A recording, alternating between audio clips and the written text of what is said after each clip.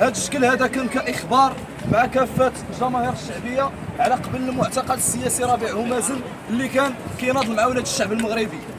شنو علاش غادي يشدوا هذا السيد هذا اللي هو ربيع همازن؟ غيشدوه لانه قال لا للظلم، قال لا للحقره، قال حتى واحد ما يكون مستضعف وتا واحد ما يصطموا ليه على الحقوق ديالو. وكان هضر على شاهد الحقره معاذ بن كيران اللي كانوا شدوه من اجل تحقيق الهويه، من اجل تحقيق الهويه، على اساس كنت مريح جاو البوليس وقفوا عليك، داوك الكوميساريه زيدتي معاهم في الهضره، صدموا عليك، قتلوك. شنو غادي يديروا في الملف الطبي؟ لان فاش كنقولوا كاين مجموعه من الاطباء اللي هما ديالهم في الملف الطبي داروا ليه انه مات في سكته قلبيه، ومع العلم ان الصوره كتبين ان عنده ضربات.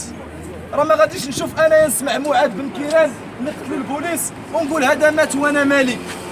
تخيل ان هذا السيد هذا كان الاخ ديال خوك كان كيلعب في الزنقه ولا با كان مقهوي هزو قتلوه.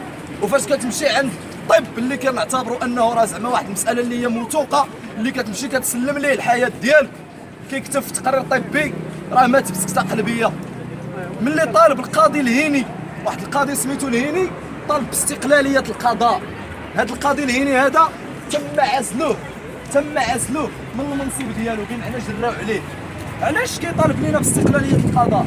لانه انت الا تشديتي كتناضل على حقك ولا كتقول وك عباد الله راه ما لقيت ما ناكل، كتجي محاضر مطبوخه من عند القمع او من عند الشرطه. هاد الناس هادو كيكتبوا مجموعه من الكلمات اللي كتوصل للمحكمه والقاضي كيحكم طبقا على المعلومات اللي جاتهم من عند دوك الناس. لربما هاد الحريه القليله، ما كنقولش الحريه، هاد الحريه القليله اللي كاينه عندكم اولاد الشعب راه جات بسبب انه مجموعه من الناس هضرات على حقها.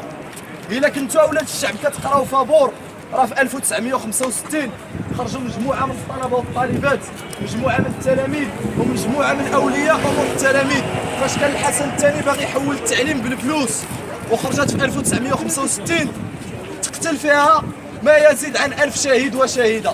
ماتوا في هذه المساله، في هذه القضيه هذه، باش ولاد الشعب يقراو فابور وباش ولاد الشعب يلقاو الراحه ديالهم.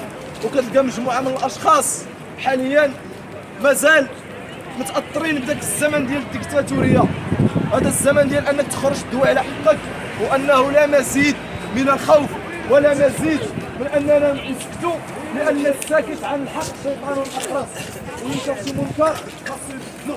والمنكر هذه كاين في هذه الدوله، فاش كيشدوا شي واحد عند الحشيش راه ماشي ولد الشعب اللي غنشد عند الحشيش، راه غادي يشد هذوك الناس اللي كيبيعوه، هذوك الناس اللي محسنوا، لان اكبر الشركات واللي من ضمنها الشركه ديال القصر الملكي كتصدر البروميير الاولانيه.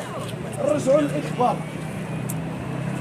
ربيع همازن راه ما تشدش حيت كيبيع الحشيش، ما تشدش حيت قتل شي واحد، بل تشد حيت كان كيدوي على ولاد الشعب.